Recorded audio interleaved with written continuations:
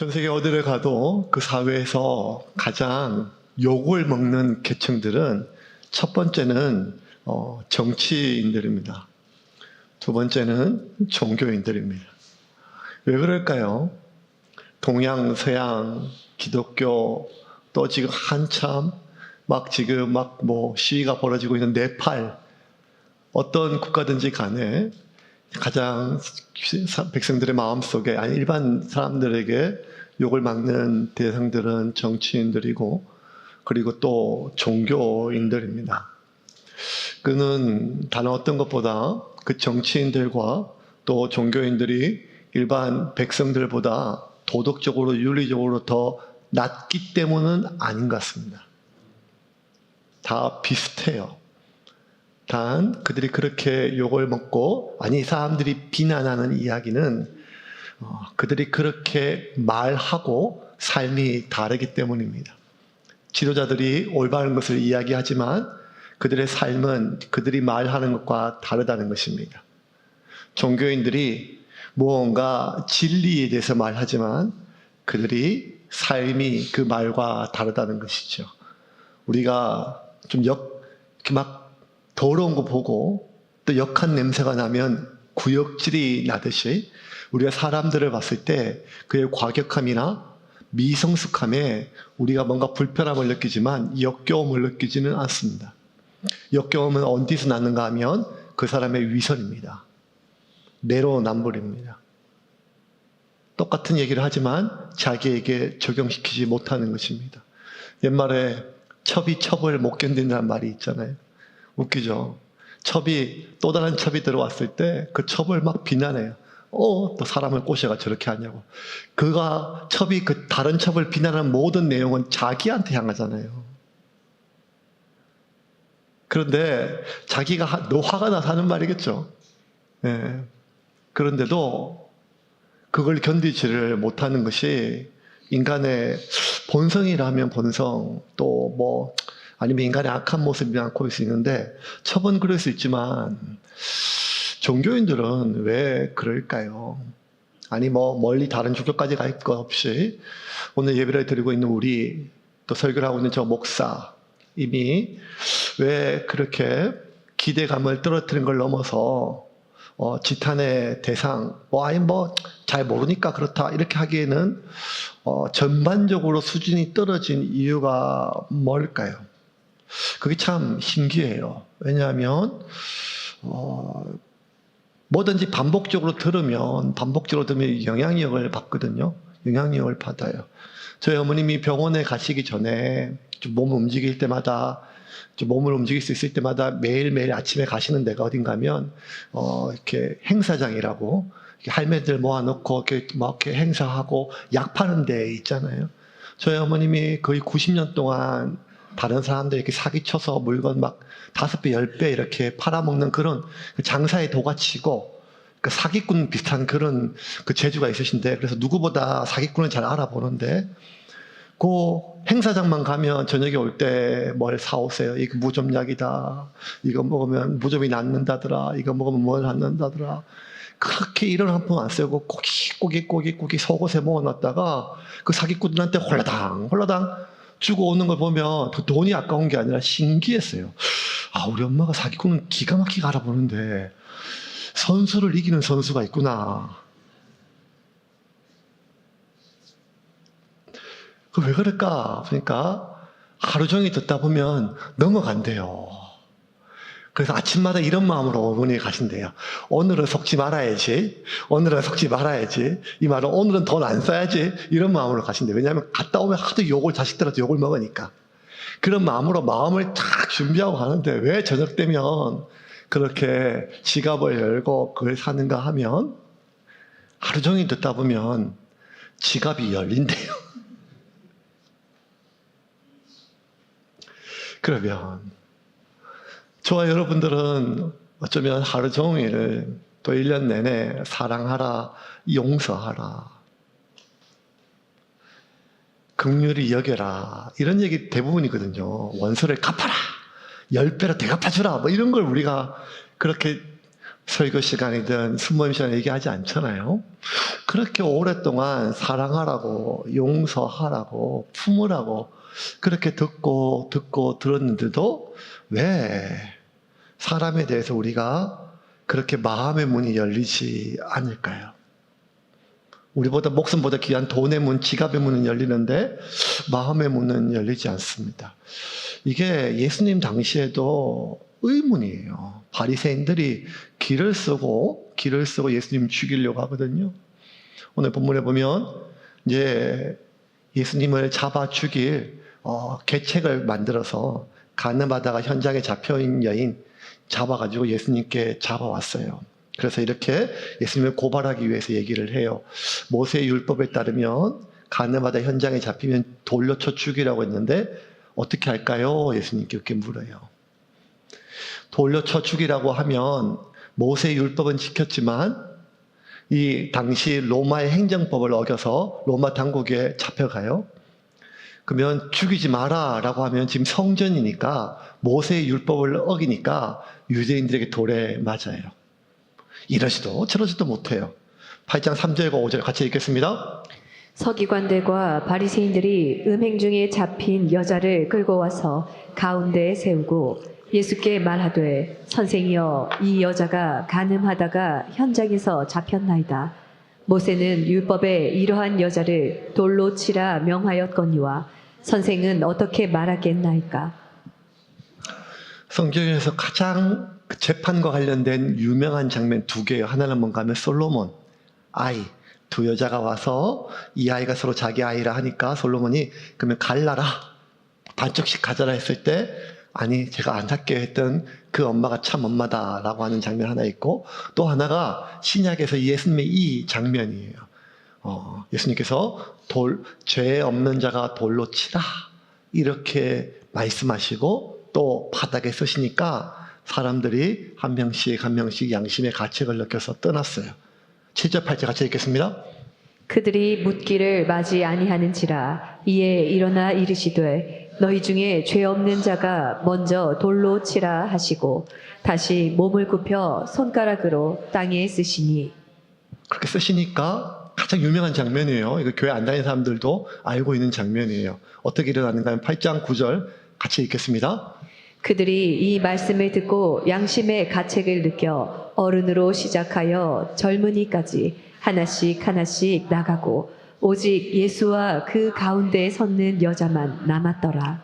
예수님께서 너희 중에 죄 없는 자가 돌로 치라 하니까 자기 생각해보니까 자기 죄가 없는 사람이 없잖아요. 그러니까 성경 본문을 그대로 보면 어린아이부터 어른까지 어린아이부터 노인까지 다 자기가 노인들은 산생활이 많으니까 죄가 있겠죠.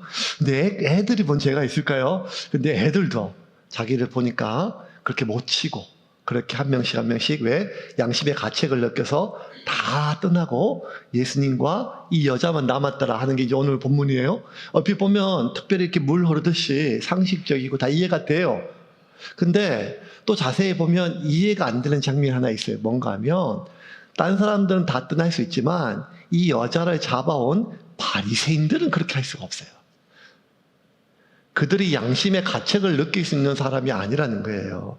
왜냐하면 이미 그들의 양심에 예수님께서 죄 없는 자가 돌로 치라 이 말 하기 전부터 예수님은 이미 오랫동안 사람들에게 말씀을 전했고 바리새인들에게 말씀을 전했어요.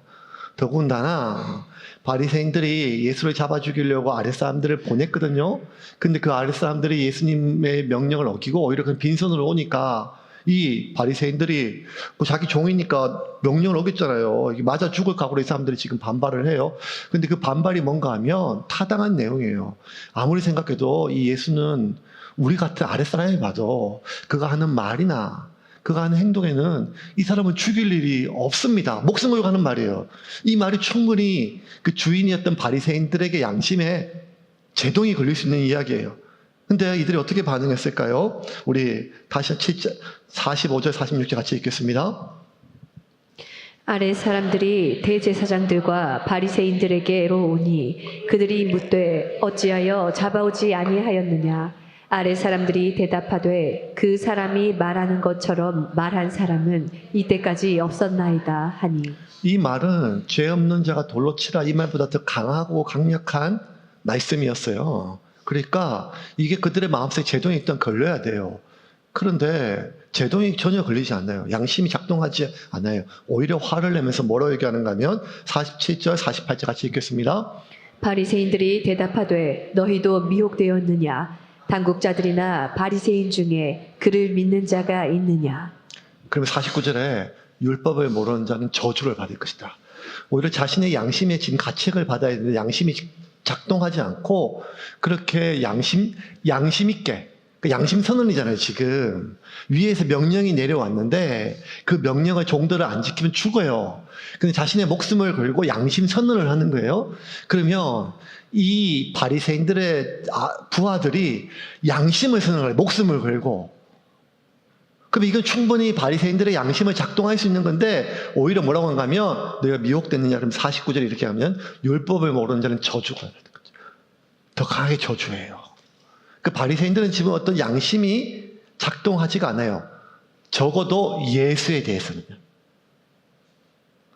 이걸 듣다가 같은 바리새인이었던 니고데모라는 사람이 한마디예요. 니고데모가 얼마 전에 예수님 찾아왔던 사람이거든요. 50절과 51절 같이 읽겠습니다. 그 중에 한 사람 곧 전에 예수께 왔던 니고데모가 그들에게 말하되 우리 율법은 사람의 말을 듣고 그 행한 것을 알기 전에 심판하느냐. 아니 이제는 양심이 아니라 율법을 근거로 얘기해요. 율법에 보면 당사자의 말을 듣고 나서 판결해야 되거든요. 근데 너희들이 왜 우리가 바리새인들이 예수를 직접 말을 듣지 않고 판단하느냐. 이 말은 이제는 양심을 넘어서 율법에 비춰서 제동이 걸려야 되는데 여기에도 전혀 제동이 걸리지가 않아요. 그러면서 52절, 7장 52절 같이 보겠습니다. 그들이 대답하여 이르되 너도 갈릴리에서 왔느냐. 찾아보라 갈릴리에서는 선지자가 나지 못하느니라 하였더라. 너도 그들처럼 이 율법을 알지 못하는 사람이다.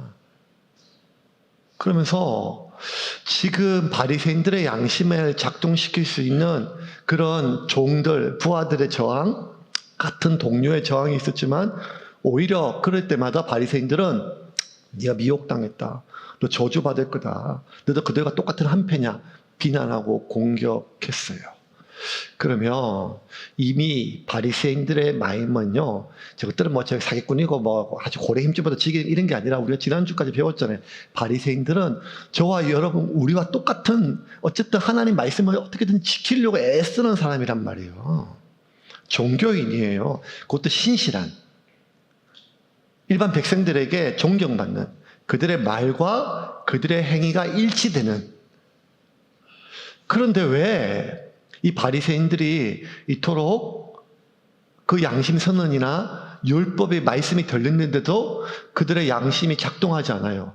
그래서 오히려 반대로 더 분노해서 예수를 죽이려고 예수를 덫에 빠지려고 가늠하다 현장에 잡힌 여인 이러지도 못하고 저러지도 못하게 만들 그 여인을 어디다 끌고 왔는가 하면 성전까지 끌고 왔어요. 바리새인들은 성전이 굉장히 귀중하거든요. 간음하는 여인을 현장에 데려오면 안 돼요. 부정하니까요. 그런데 그토록 목숨을 걸고 거룩함을 보존해야 될 성전에 간음하다 현장에 잡힌 여인을 가장 수치스럽고 가장 더럽다고 여겼던 그 죄악의 현장을 예수님 앞에 성전까지 데려왔어요. 왜 그랬을까요? 그 예수님에 대한 분노 때문이에요. 근데 이게 분노와 적개심이요. 예수를 죽이려고 싶거든요. 지금 죽여야 돼요. 그런데 이게 예수님께서 죄 없는 자가 돌로 쳐라. 이 한마디 정도 갖고 누구로 때릴 수 있는 게 아니거든요. 그런데 어떻게 이런 일이 일어났을까요? 9절을 다시 한번 보겠습니다. 같이 읽겠습니다. 그들이 이 말씀을 듣고 양심의 가책을 느껴 어른으로 시작하여 젊은이까지 하나씩 하나씩 나가고 오직 예수와 그 가운데에 섰는 여자만 남았더라. 양심에 화인 맞은 것처럼 양심의 기능이 정지되어 있던 사람이 다시 양심의 가책, 멈췄던 심장이 다시 뛰는 것처럼 양심이라고 하는 기능이 다시 작동하는데 그게 뭔가 하면 그 앞구절에 이 말씀을 듣고 그러니까 예수님의 말씀이라는 거예요. 여기서 우리가 오늘 하나님께서 우리에게 주시는 어떤 오늘 우리에게 주신 나에게 주신 메시지의 첫 번째 실마리가 있어요. 우리가 듣는 이 수많은 말들 또 설교 근데 사실 여러분 이제는 우리가 인터넷이나 유튜브나 아니면 다들 좋은 강의들이 너무 많아서 40년 전, 50년 전 그렇게 뭐가 교육 수준이 높지 않고 일반 국민들이 접할 수 있는 문화 혜택이나 지식 수준들이 얕을 때는 목사들의 말이 그나마 들을만 했어요. 그런데 이제는요, 웬만한 목사들보다 여러분들이 더 똑똑해요. 그러니까 제가 94년부터 설교했거든요. 그때는 설교하기 좋았습니다. 왜? 네이버가 없었거든요. 근데 지난번에 설교하다가 어떤 집사님이 여러분 보니까 막 쳐요. 성경에 정론자들을 보니까 제가 어떤 얘기를 중에 그 통계가 틀렸어요. 그래가지고 씩 웃어요. 제가 잘못된 얘기다 이렇게. 이제는요, 챗GPT에 넣으면 그때도 쫙 다 나와가지고 오늘 설교가 뭐가 신학적으로 다르고 틀리고 저것도 목사가 오버했는지까지 다 알아내요. 그러니까 점점 힘들고 어렵죠. 좋은 강의들이 너무 많아요. 좋은 강의들이. 저는 김창옥 씨 강의 들을 때마다 김미경 씨 강의 들을 때마다 가슴이 공감이 참 많이 돼요. 네. 근데 그럼에도 불구하고 지난 2000년 동안 교회라고 하는 어떤 이 조직이, 이 공동체가, 이 사람들이 유지되는 유일한 방식은 하나님의 말씀, 이 성경을 설교하거나 가르치는 것이었어요. 이것 중에 오래된 것들은 3500년 됐거든요. 좀 최근엔 근데 2000년 됐어요. 여러분, 몇백 년 안 되는 훈민정음 해례본만 봐도 나라 말씀이 중국의 달아 이런 것들 보면 우리나라가 달라가지고 하는 그거 지금 보면 그거 우리 못 읽어요. 무슨 말인지 모르고. 그 500년도 안 됐어요.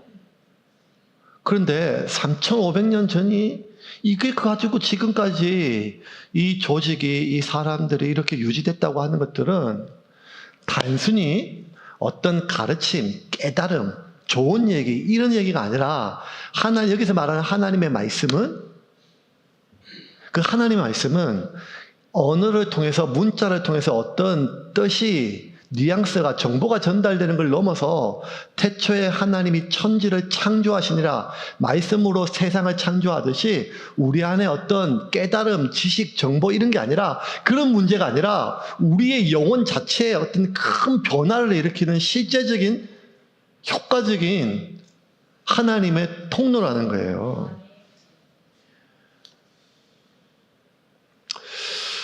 사람들이 관계들이 지금 많이 틀어지고 있어요.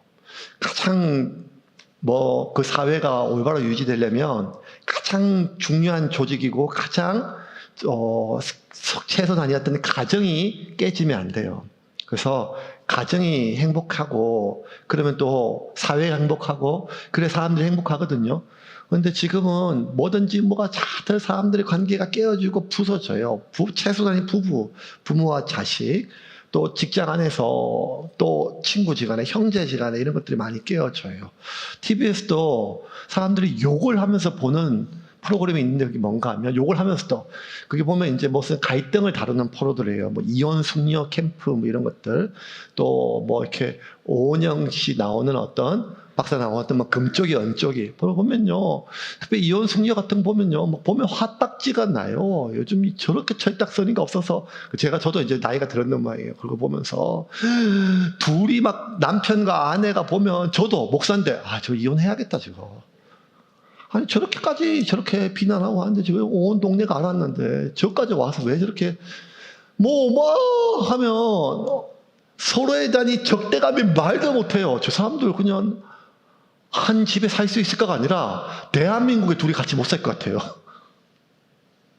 너무 서로에 대한 그 미움이요. 근데 어른만 그런 게 아니라 금쪽에 보면 애들도 분노가 꽉 차가지고 막 엄마한테 하고 친구들한테 애나 어른이나 이 분노가 꽉 차가지고 이 가정이요, 직장에서요, 심지어 교회든 뭐든 화가 나서 못 견뎌요. 지금 서로에 대해서 꼴 보기 싫어가지고 말하는 것도 그렇고 행동하는 것도 그렇고. 여러분 시감장 해줄까요? 여러분 내일 여러분 조금 있으면 내일 출근해야 돼요. 확 다가오죠. 왜 그럴까요? 그 사람들이 총 들고 나를 쏘는 것도 아닌데요. 이 모든 것들의 실마리는요, 결국 이제 그런 상담이든 뭐든 결국 관계에서 봤을 때, 제일 첫 번째가 블레이밍 게임, 그러니까 서로를 비난하는 걸 좀 멈춰야 돼요. 이걸 멈추기 전까지는 뭐가 조정이 안 돼요. 그러니까 계속 막 입에서 나오는 비난을 일단 멈추고, 또 입이 아니라 막 머릿속에, 마음속에 막 계속 뱅뱅대는 상대에 대한 비난들이 있거든요. 그걸 멈추기 전까지는요, 어떤 것도 회복이 안 돼요. 일단은요, 그 상대에 대한, 그 대상에 대한 어떤 비난을 멈춰야 돼요. 그게 입이든 마음이든 멈춰야 돼요. 멈춰야 그 다음에 내가 내 속에 있는 내 마음을 봐요. 나를 본단 말이에요. 내가 나를 돌아볼 때, 문제 해결의 가장 근본적인 본질인 자기를 돌아보게 돼요. 자기를 돌아봐야 인간만이 가지고 있는 그런 타인과 공존하기 위한 유일한 기능, 그게 뭔가 하면 조율과 조정이에요. 요건 인간만 가지고 있어요. 동물들은 조율과 조정되지 않아요. 싸워가지고 내가 이기냐 지냐, 잡아먹느냐 잡아먹히냐, 두 개밖에 없어요. 아니면 잡아먹히지 않으면 누가 센가, 알파 메일이 누군가. 그러면 아주 순한 양도 서로 뿔을 부딪혀가지고 누가 이기냐 지냐, 상하관계가 명백해야 그 조직이, 그 공동체가 공존할 수 있어요. 싸워야 돼요. 그래서 누가 이기냐 지냐, 이게 중요해요. 근데 인간은요, 반드시 타인과 공존하기가 굉장히 어려워요. 왜냐하면 각각의 욕구는 서로 상충될 수밖에 없어요. 상충되는 이 욕구를 있음에도 불구하고, 이 갈등이 있음에도 불구하고 인간이 공존하기 위해서는 인간만 가지고 있는 유일한 기능, 그게 뭔가 하면 조정과 조율이에요. 조정과 조율은 내가 지고 네가 털렸고 내가 맞고 아주 피터지게 싸워가지고 누가 맞고 누가 털리고 막 아이고 결혼하면 초장에 잡아야 돼, 뭐 이런 게 아니고, 한쪽이 완전히 잘못했고 한쪽이 잘했고 이런 게 아니라 조율과 조정이에요. 조율과 조정. 그래서 조율과 조정할 때 부부가 공존할 수 있어요. 조율과 조정할 때 부모와 자녀가 공존해요. 조율과 조정할 때 회사에서 같이 우리가 살 수가 있다니까요. 그런데 그 조율과 조정이 언제 안 될까 하면 계속 비난과 정죄가 있을 때는 이게 안 돼요. 그러면 결국에는 비난을 멈추고 내가 내 자신을 돌아보는 것, 이게 이제 결국 문제 해결의 근본인데, 여러분 세상에서 자기가 자기를 돌아보는 것을요, 인간의 어떤 기능 중에서 최고의 성숙한 기능이에요. 그래서 소크라테스가 하는 말 중에, 우리가 소크라테스 잘 모르잖아요. 그래도 이건 아니잖아요. 너 자신을 알라. 이게 왜 그렇게 유명한가 하면, 그 당시에 모든 철학자들이 우주의 신비가 어떻고, 우주가 뭘로 만들어졌고, 뭐 피타고라스 수학이 어떻고, 뭐 수학의 진리가 뭐 아름다운 미, 절대 미학 뭐 다 얘기했을 때 소크라테스가 됐고, 그냥 네 자신이나 좀 알아라. 왜냐하면 소크라테스가 세상에 있는 모든 이치를 다 알았는데 자기 마누라 속을 잘 모르겠어요. 소크라테스가 악처를 만났다 그랬잖아요. 악처라고 하는 소크라테스 관점인데, 내가 우주에 있는 모든 것들 조정시키는데 내가 내 마누라고 못 살겠어요. 그래서 너 자신을 아는 기능은요, 최고의 성숙한 기능이에요. 그래서 여러분 자기를 돌아보는 것 제일 어려운 게 자기 객관화예요. 자기 객관화. 자기 객관화 굉장히 고기능이에요. 그래서 머리가 좋아야 돼요. 우리가 인지 기능이 굉장히 높을 때 뭐지 최근에 가장 높은 인지 기능 IQ, EQ를 넘어서 뭐란가 하면 메타인지라 그래요. 메타인지. 메타인지는 내가 그렇게 생각하고 있구나. 내가 이렇게 느끼고 있구나. 내가 나를 타인이 아니라 내가 나를 인지하는 기능. 근데 이 메타인지든 자기 객관이든 너 자신을 알다든 이것은요 굉장히 고기능인데 아무리 애를 써도 잘 안 돼요. 결혼하면서 부부가 나는 이거 하고 이혼하려고 산다 이렇게 사는 사람이 누가 있겠어요. 자식을 낳으면서 내가 언젠가는 이거 이놈 낳은 거 미역국 먹은 거 후회할 거야 이렇게 기르는 사람이 누가 있겠어요. 다들 행복하고 잘 살려고 다들 그렇게 교회 나오고 직장 들어가고 힘을 내고 그렇게 해요. 그런데 그게 안 된다는 거예요. 얼마 전에 대구에서 한 수성못 옆에 화장실, 공중 화장실에서 20대 한 대위가 총으로 자기를 쏴서 죽었어요. 근데 그 기사가 그것도 슬픈 일이지만 그 나중에 나왔던 그거 지금 흘려졌는데 나중에 그 기사에 있다 제가 깜짝 놀랐어요. 유서에 뭐가 적혀 있는가 하면 자기가 집단 따돌림을 당했고 상사들을 했는데 자기 장례식 때 조문 오면 안 될 14명의 명단을 적었어요, 유서에. 그러니까 총으로 그 사람들 죽이지 못하니까 자기를 죽이면서 자기가 할 수 있는 유일한 마지막 복수는 자기를 죽이면서 그 사람들의 이름을 세상에 알리는 것. 내가 이렇게 억울하다. 공부 잘해서 사관학교 나와가지고 그렇게 유능한 지휘관이 되어서 부하들을 잘하고 이런 마음이 다 있잖아요. 우리가 서로. 그런데 자기를 돌아보는 게 안 돼요. 이걸 가능케 하는 게 하나님의 말씀이라는 거예요. 뻔한 얘기를 지금 하려고 하는 게 아니에요. 지금 오히려 반대예요. 오케이. 그러면 하나님의 말씀인데 하나님이 인간을 만드실 때 인간의 몸을 흙으로 지으셨잖아요. 이 하나님 만드신 이 몸의 최고의 고기능이 뭔가 하면 신경 조직이에요. 신경은 외부의 자극을 우리가 인지하고 내 몸을 제어해요. 그 신경 조직이 파괴되면 내가 몸을 못 움직여요. 마비가 되고 기능이 정지가 되겠죠. 또 통증도 못 느끼고. 근데 하나님이 만드신 영혼의 기능 중에 최고 기능이 뭔가 하면 양심이라는 기능이에요. 이 양심, 신경은 외부의 자극을 인지하는 것처럼 양심은 내 내부를 향해, 내 마음을 살펴봐요. 그래서 어쩌면 내가 너 자신을 안다라고 하는 이 양심은 영혼의 기능이에요. 영혼의 기능. 그런데 이 신경 조직이 마비가 되면 외부의 자극을 느끼지 못하고 내가 그런 것처럼 마비되는 것처럼 양심의 기능이 손상되면 내가 내 자신을 못 돌아봐요. 남들 다 아는데 나만 몰라요. 이 사람이 뻔뻔하고 우기고 미성숙하고 악해서가 아니라 진짜 그래요.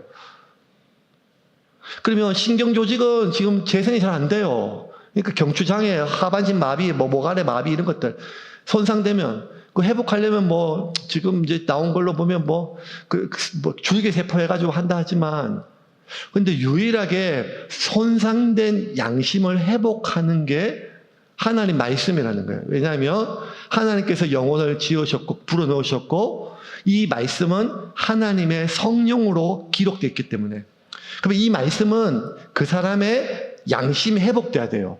여기서 질문이에요. 아니 맞아요. 우리도 알겠어요. 근데 그 양심이 회복이 되는 그 성경을 매주 설교 듣고 매일 큐티하고 오늘 성경 통독으로 또 귀에 어플 틀어가지고 오늘 1년에 1독하고 반복적으로 하는데 왜 예수쟁이들은 그렇게 양심이 없어 보이나? 아니 특별하게 텔레비에 나오는 그냥 교회 다니는 아무개 장로 또 사고 쳤다 이걸 떠나가지고 지금 같이 나와 교회를 다니고 있는 사람 중에 아니면 교회 다니는 우리 부모 중에 다시는 나는 교회 안 간다. 저 사람 보니까. 이런 말 우리가 알기 때문에 꼭 제가 굳이 여기서 안 밝히더라도 이런 설교 많이 들었잖아요. 그래서 최대한 내가 하나님의 영광은 못 되더라도 복음의 걸림돌은 되지 말아야겠다 싶어가지고 직장에서도 내가 예수 믿는 거 알면 최대한 좀 조심한단 말이에요. 조심해요. 그런데 왜 우리는, 아니 오늘 본문에 있는 바리새인은 말씀을 어릴 때부터 읽고 묵상했는데도 불구하고 이들이 말씀에 대해서 그들의 양심이 오늘 회복되지 않고 여전히 더 강박하게 심지어 예수까지 죽이려고 했을까? 그거는요, 바리새인들이 말씀을 다루는 방식의 문제였었어요. 바리새인들은 이 말씀, 율법을요, 자신을 지키는 보호막으로 사용했어요. 여기서 말하는 자신들은 자기와 자기 공동체, 유대인들. 바리새인들이 생각할 때 자신들을 무엇으로부터 보호하는가 하면 자신의 삶을 무너뜨리는 죄와 악이에요. 이 바리새인들은요, 이 죄와 악이 자기 외부에 있어요. 부정한 것, 만지면 안 되는 것, 시체, 뭐 더러운 것, 부정한 짐승들, 그런 거 먹으면 안 돼요. 만져서도 안 돼요. 부정한 행동, 살인하지 말라, 간음하지 말라, 뭐 이런 부정이에요. 그런 것들 하면. 그래서 이런 부정한 행동, 이런 부정한 것이 자기의 내부에 들어오면 자기가 부정해져요. 자기가 더러워져요. 그래서 바리새인들은 이 자기를 위험에 빠뜨리는 이 죄와 악이 외부에 있기 때문에 이 부정한 것과 이 부정한 무언가가 내 안에 들어오는 것을 철저하게 방역해야 돼요. 방역. 그 방역의 도구로 율법을, 말씀을 사용했어요. 뭐가 해로운지, 얼마나 해로운지. 우리 코로나 때 그 방역 겪어봤잖아요. 바이러스 해가지고 얼마나 우리가 닦고 막 죽이고 마스크 쓰고 2중으로 3중으로. 그러니까 어떻게 이 부정한 것이나 이거 외부가 내 안에 들어와서 나를 더럽힐까봐, 내가 부정해질까봐 어떻게든지 이 말씀을 외부로, 자기가 아닌 타인으로. 그런데 여기에 이 죄와 악에 대한 견해가 예수님과 바리새인들이 완전히 달랐어요. 예수님은 반대로 보셨어요. 사람을 더럽히는 죄와 악은 사람의 외부에 있는 게 아니라 그 사람 내부에 있다. 사람 안에 악이 있다. 밖에 있는 악이 사람 내부로 들어오는 것이 아니라 사람 안에 악이 있는데 그 악이 밖으로 나온 게 죄다. 그래서 예수님께서 이렇게 말씀하세요. 마태복음 15장 11절 같이 읽겠습니다. 입으로 들어가는 것이 사람을 더럽게 하는 것이 아니라 입에서 나오는 그것이 사람을 더럽게 하는 것이니라. 바리새인들은 모세의 율법에 따라서 먹지 말라, 먹지 말라, 먹지 말라 이렇게 굉장히 많았거든요. 근데 그렇게 사람 입에 들어가는 게 사람을 더럽게 하는 것이 아니라 예수님이 아니 반대로 사람 입에서 나오는, 사람 입에 들어가는 게 사람을 더럽히는 게 아니라 사람 입에서 나가는 게 사람을 더럽힌다는 거예요. 18절 19절 더 같이 읽겠습니다. 입에서 나오는 것들은 마음에서 나오나니 이것이야말로 사람을 더럽게 하느니라. 마음에서 나오는 것은 악한 생각과 살인과 간음과 음란과 도둑질과 거짓 증언과 비방이니. 그러면서 마가복음에는 좀 더 자세하게 이렇게 말씀하세요. 7장 20절부터 23절 같이 읽겠습니다. 또 이르시되 사람에게서 나오는 그것이 사람을 더럽게 하느니라. 속에서 곧 사람의 마음에서 나오는 것은 악생각 곧 음란과 도둑질과 살인과 간음과 탐욕과 악독과 속임과 음탕과 질투와 비방과 교만과 우매함이니 이 모든 악한 것이 다 속에서 나와서 사람을 더럽게 하느니라. 23절 이 모든 악한 것이 다 사람 속에서 나와서 사람을 더럽게 한다는 거예요. 그래서 여러분 하나님이 모세를 통해 주신 말씀이나 예수님을 통해 주신 말씀이 하신 모든 말씀은 사람을 더럽게 하는 사람 안에 있는 악의 근본이에요. 이걸 다루기 위해서, 이거를 죽이기 위해서 이 말씀을 주셨는데 바리새인은 그게 아니라 사람 외부에 있는 악, 이렇게 보는 거였어요. 그러면 이 죄와 악이 외부에 있으면요 어떻게 된가 하면 나의 오감 모든 감각기관을 동원해서 나를 위험에 빠뜨리는 그 악을 감지해야 돼요. 죄를 감지해야 돼요. 그러니까 내가 읽고 쓰는 모든 말씀은요 어디에 되는가 하면 내 오감을 통해서 외부 타인을 집중해야 돼요. 그 사람의 말과 행동, 그 사람의 행동, 거기에 부정한 행동, 부정한 짓것, 그 나를 위험에 빠뜨릴까 봐. 외부를 향해서. 이거는 인간들이 오랫동안 해왔던 방식이에요. 그래서 여러분, 우리가 보면 우리의 모든 오감이요. 저건 안 돼, 저건 안 돼. 야, 쟤하고 놀지 마. 좀 말하는 거 보니까 쎄하다. 저거 조심해야겠다. 이 사람하고 같이 못 살아요. 못 살아. 내 자식인데, 이거는 내가 안 돼. 뭐든지 하여간 내 모든 오감이요. 나를 위험에 빠뜨리는 것에 집중해요. 타인해. 그렇게 발달되어 왔어요. 그러다 보니까 어떻게 점점 되는가 하면 하나님이 주시는 이 말씀조차도 내가 타인에 대해서 어떤 사람이 누군가에 나에게 험한 말을 해요. 나를 공격해요. 나를 비난해요. 그럼 그 사람한테 분노가 나잖아요. 그럼 그게 당연하죠. 날 위험에 빠뜨리니까. 그런데 저 사람이 지금 나를 공격하는 건 아니에요. 나를 비난하는 것도 아니에요. 그런데 그 사람을 보면 역겨움이 막 올라와요. 나에 대한 비난과 정죄가 공개가 아니라 그의 위선을 볼 때, 위선. 그의 탈선을 볼 때, 그의 거짓을 볼 때. 그러면 마치 아주 역한 냄새가 나면 역겨움이요, 막 토함이 구토가 올라오듯이 누군가의 어떤 위선을 볼 때, 누군가의 막 느껴질 때 그냥 보여지는데 막 역한 냄새가 나듯이 역해요. 그러면 그 사람에 대한 분노가 올라와요, 분노. 그 사람의 껍데기 다 벗기고 싶어요. 그 위선을요. 정죄감이 막 올라와요. 그러면 또 우리가 들은 설교가 있으니까, 말씀이 있으니까, 이러면 또 내가 안 되지 하면서도 자꾸 그 마음이 제어가 안 되는데, 이때 내 마음속에 평안을 주는 게 뭔가 하면 율법이에요. 저거 잘못됐어. 자신의 삶을 망쳐. 교회를 망쳐. 사회를 망쳐. 율법이 그 사람 안에 오는 적개심과 정오심에 대한 죄책감을 완화시켜줘요. 왜? 하나님의 말씀을 내 외부에 쓰니까요. 이 말씀을 다 내부를 써라고 주셨는데요. 여러분, 이거 자꾸 남의 얘기처럼 생각 안 돼요. 여러분, 어떤 설교 들을 때 진짜 은혜 받을 때 있잖아요. 은혜 받을 때. 너무너무 은혜 받았어요. 저한테도 막 얘기를 해. 목사님. 제가 이 설교 너무너무 은혜 받았어요. 진짜. 그래서 뭐라 얘기하는가 하면, 그래서 오늘 이 설교 우리 남편한테 보내줬어요. 그 인간이 이 얘기 들어야 되는데, 그 인간. 우리 애가 그 얘기 들어야 되는데. 그래서 오늘 그 남편 끌고 오신 분들 있죠? 애들 끌고 오신 분들 있죠? 너 좀 데려와서 인간 되라. 이게 타인이 아니라 나거든요, 나. 그런데 우리는 본능적으로 자꾸 타인을 향하게 돼요.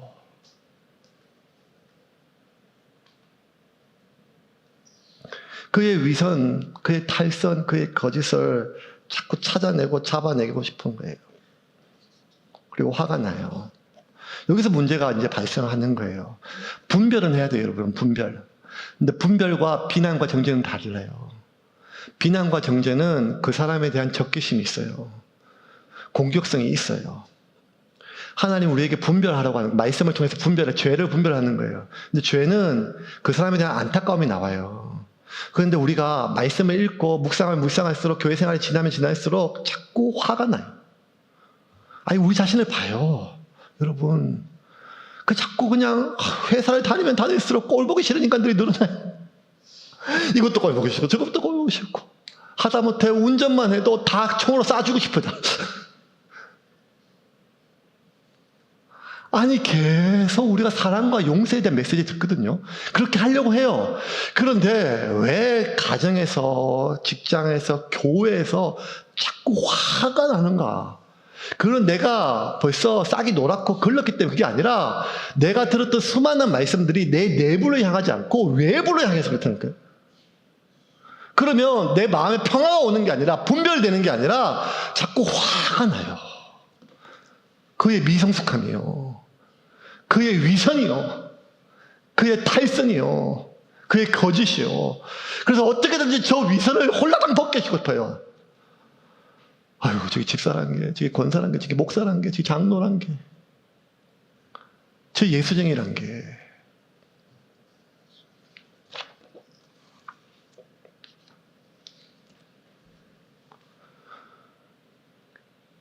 이 기능이 점점 심해지면 결국 바리새인들이 어떻게든지 하나님 말씀, 하나님을 기쁘게 들으려거든. 바리새인들의 여러분 진심을 우리가 똑같다니까요. 어떻게든지 하나님을 기쁘게 들으려고 그렇게 말씀을 읽고 말씀을 지키려고 해서 말씀을 지키려고. 그런데 그렇게 하나님을 기쁘게 들으려고 말씀을 지키려면 지킬수록 더 하나님이 소중히 여기시는 사람에 대한 긍휼함이 사라져요. 마태복음 7장 23절. 그 다음 구절이에요. 7장 23절. 7장 23절. 그 다음 구절 같이 읽겠습니다. 같이 읽겠습니다.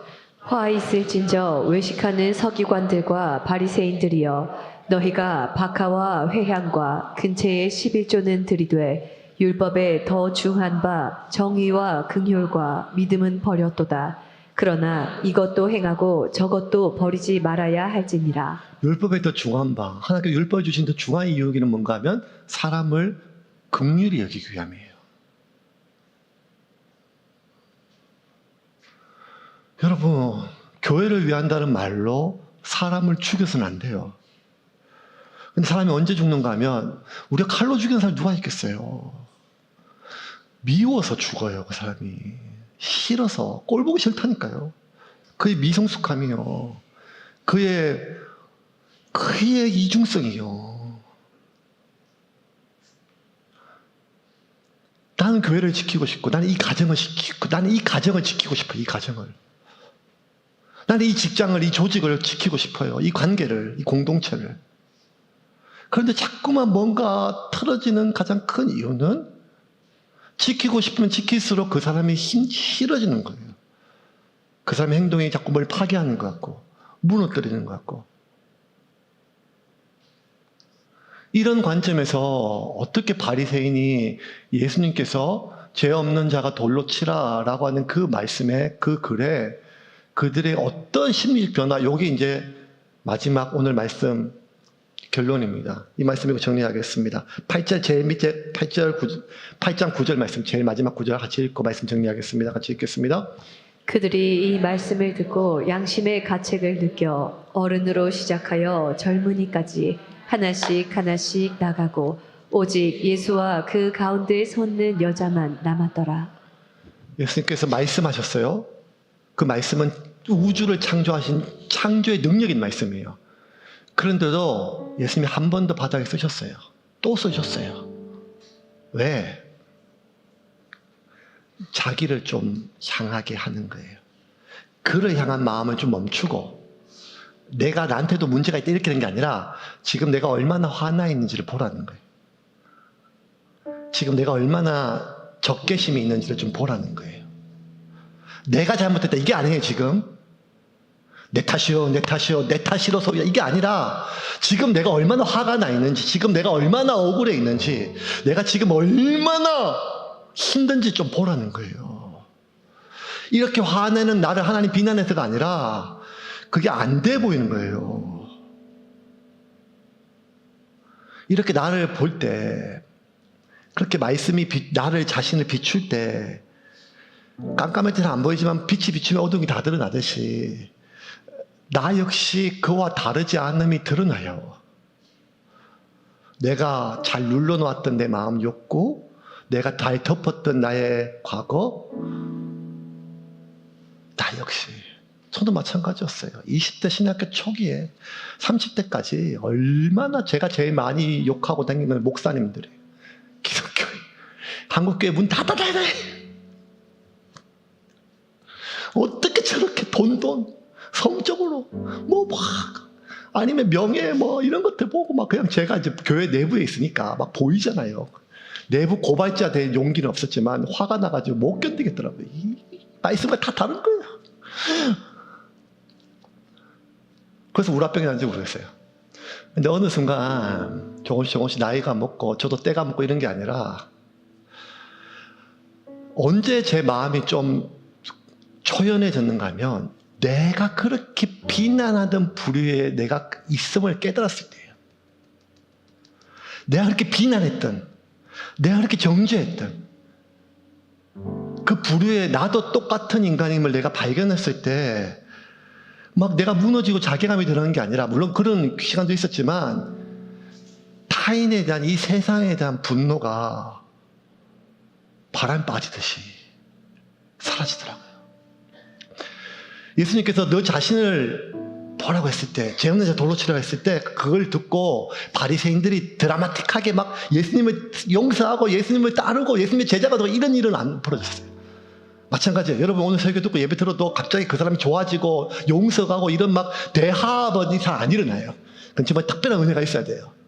근데 적어도 뭐가 있는가 하면 내가 그렇게 화가 나고 억울하고 견딜 수 없는 마음 속에서 막 빵빵하게 터지기 직전인 상황 속에서 내가 말씀을 통해서 내가 내 자신을 보게 될 때 내 안에 빵빵에 채웠던 분노가, 그 억울함이, 그 원망이 바람바듯이 이렇게 노인과 애들과 바리새인들 한 명씩 한 명씩 성전을 가득 채웠던 사람들이 빠져나가듯이 내 안에, 그렇게 되면 우리가 좀 초연해져요. 사람을 대할 때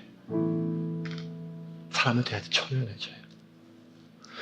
터지기 직전입니다. 대한민국 사회 지금 부부 사이 터지기 직전이에요. 지금 직장에도 마찬가지, 교회도 마찬가지고 사회 자체가.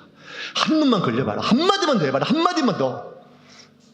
한 놈만 걸려봐라. 온 사회 전체가.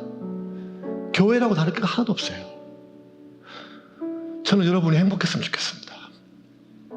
여러분이 훌륭해지는 그 다음에 문제예요. 여러분이 성숙하는 것도 그 다음에 문제예요. 행복해지기 위해서는 내 안에 가득 차 있는 그 분노가, 그리고 그 분노의 이유가 그 타인과 그 사건과 이 세상에 대한 위선과 타이슨과 거짓이라면 그것을 인정하는 말이 아니라 말씀을 통하여 나 자신을 먼저 볼 수 있는 은혜가 있기를 주님의 이름으로 축원합니다. 이게 잘 안 되면 그냥 저처럼 뛰세요. 저 어제도 10km 뛰었거든요. 그러니까 좀 편해지더라고요.